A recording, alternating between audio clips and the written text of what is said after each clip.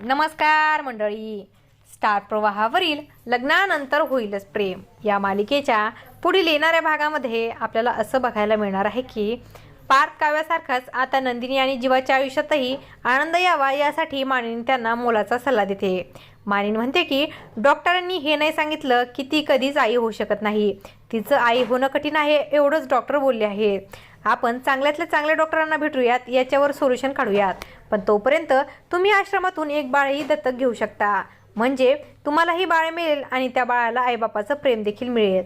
तर मानिनीचा सल्ला आता जीवा आणि नंदिनी दोघांनाही पटतो. त्यानंतर ते दोघेही आता आश्रमात जायचं ठरवतात आणि जीवा आणि नंदिनी दोघेही आता आश्रमातून छोट्या नंदूला घरी घेऊन यायचं असं ठरवतात. आणि आश्रमात गेल्यात आता नंदिनीला तिथे उलट्या सुरू होतात आणि असं काही या भागामध्ये आपल्याला बघायला मिळणार आहे. अशाच मालिकांच्या नवनवीन अपडेट्स पाहण्यासाठी आपल्या चॅनलला सबस्क्राईब करा आणि व्हिडिओ आवडला असेल तर लाईक आणि शेअर करायला विसरू नका. धन्यवाद.